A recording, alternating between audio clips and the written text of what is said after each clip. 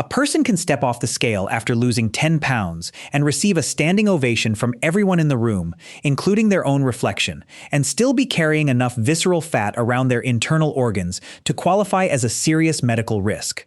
That is not a hypothetical. That is a clinical reality that physicians see regularly, and it is one of the most dangerous gaps between how we measure health and what is actually happening inside the body.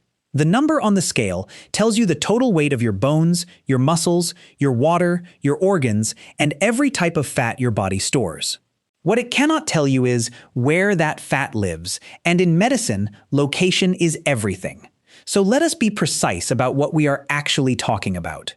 There are two fundamentally different types of fat in the human body, and they are not equal in any sense of the word.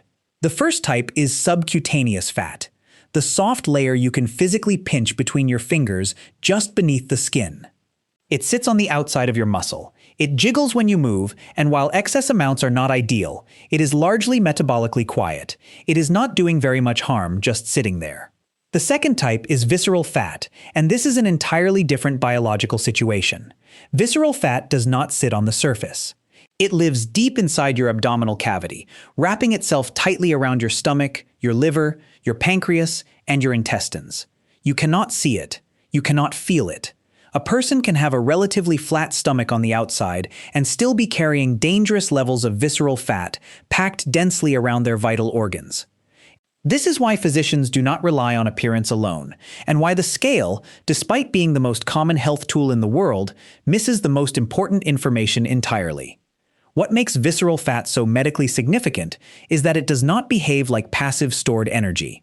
It behaves like a rogue organ. Visceral fat is metabolically active in a way that subcutaneous fat simply is not. It continuously secretes a range of inflammatory proteins and signaling chemicals directly into the bloodstream and into the portal circulation that feeds directly into the liver. Think of it this way. Subcutaneous fat is like a storage unit on the edge of town, quietly holding excess material without causing disruption. Visceral fat is like a factory built directly next to your water treatment plant, running 24 hours a day and releasing its byproducts straight into the water supply. The difference is not cosmetic, it is operational, and the downstream consequences are measurable and serious. As a physician, I want to speak to you directly and clearly about what the clinical evidence has established, because this is not a matter of statistical association or weak correlation. Visceral fat is a direct documented driver of type 2 diabetes because the inflammatory chemicals it releases interfere with insulin signaling at the cellular level. It is a direct contributor to non-alcoholic fatty liver disease because the proximity of visceral fat to the liver means the organ is constantly bathed in inflammatory signals and excess-free fatty acids. It is a direct risk factor for cardiovascular disease, including coronary artery disease and hypertension, through multiple pathways involving inflammation, cholesterol metabolism, and arterial stiffness. And large-scale epidemiological studies have established direct links between high visceral fat and increased risk of several cancers, including colorectal and pancreatic cancer. I am telling you this not to alarm you, but because you deserve to hear it clearly and without softening. This fat is not a cosmetic issue. It is a physiological one. Now here is where the science delivers something genuinely remarkable, and I want you to hold on to this because it changes the entire conversation. Despite being the most dangerous fat in the body, visceral fat is also the most metabolically responsive fat in the human body. This is not wishful thinking. This is consistently supported by intervention studies. When people make targeted changes to their diet and exercise habits, visceral fat is the first type of fat to respond, and it responds faster and in greater quantities than subcutaneous fat does. So now that you understand exactly why visceral fat is the most dangerous fat in the body, and why it is also the most responsive to change, the question becomes this: what specific foods and habits trigger that response at the cellular level? Because not all healthy eating works the same way. Some dietary strategies reduce overall body weight. Others have a direct, targeted impact on visceral fat specifically. The difference matters enormously, and the science is clear about which category these next strategies fall into. The first dietary strategy centers on a group of compounds called carotenoids. These are the natural pigments responsible for the vivid orange, red, and yellow colors you see in vegetables and fruits. The deep orange of a carrot, the bright red of a tomato, the rich yellow of a bell pepper. That color is not decoration. That color is biological armor, and when you consume it, some of that protective power transfers directly to your body. Here is the mechanism. Carotenoids are powerful antioxidants, which means they neutralize free radicals. Free radicals are unstable molecules that travel through your body damaging cells, triggering inflammation and creating the exact internal environment that promotes visceral fat accumulation. Think of free radicals as sparks flying inside a dry warehouse. Left unchecked, they start fires everywhere. Carotenoids are the fire suppression system. But the role of carotenoids goes beyond simply putting out fires. Research has shown that carotenoids can activate fat-burning genes while simultaneously suppressing fat storage genes at the cellular level. This is a dual mechanism that makes them genuinely unique among dietary compounds. Most interventions work on one pathway. Carotenoids work on two at the same time, pushing your biology in the direction of fat reduction from both ends simultaneously. The clinical evidence for this is not theoretical. A randomized double-blind trial conducted in Japan demonstrated that just 8 weeks of consuming carotenoid-rich vegetables produced a statistically significant reduction in visceral fat among participants. The most effective combination identified in the trial was high lycopene intake paired with high lutein intake. Lycopene is found in high concentrations in tomatoes. Lutein is found in abundance in leafy greens and in vegetables like shiitake cabbage. The practical food list for maximizing carotenoid intake is straightforward: carrots, sweet potatoes, red and yellow bell peppers, spinach, pumpkin, and tomatoes. The guiding principle is simple. If a vegetable or fruit has a deep, vivid, saturated color, it is almost certainly rich in carotenoids. Pale and colorless means minimal carotenoid content. Eat color, and eat it consistently. The second dietary strategy involves a class of compounds called catechins. Catechins are flavonoid polyphenols, found primarily in green tea, and their mechanism of action against visceral fat operates through multiple pathways simultaneously. First, catechins reduce systemic inflammation throughout the body, lowering the inflammatory burden that drives visceral fat accumulation. Second, they increase fat oxidation by stimulating the nervous system to mobilize stored fat and burn it for energy, essentially sending a signal that tells your body to open the locked vault and start spending what is stored inside. Third, and this is particularly significant, catechins inhibit the enzyme lipase. Lipase is the enzyme your digestive system uses to break down and absorb dietary fat from the food you eat. By inhibiting lipase, catechins reduce how much fat your body absorbs from each meal. Now add one more layer.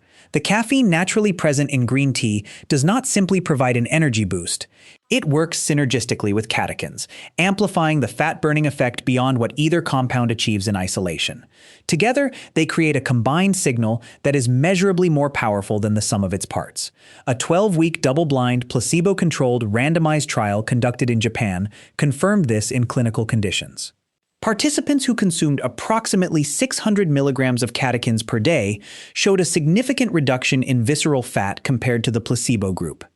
Now here is what the research has been building toward, the part that changes how you exercise forever. A landmark cycling study delivered results that forced researchers to look twice at their own data.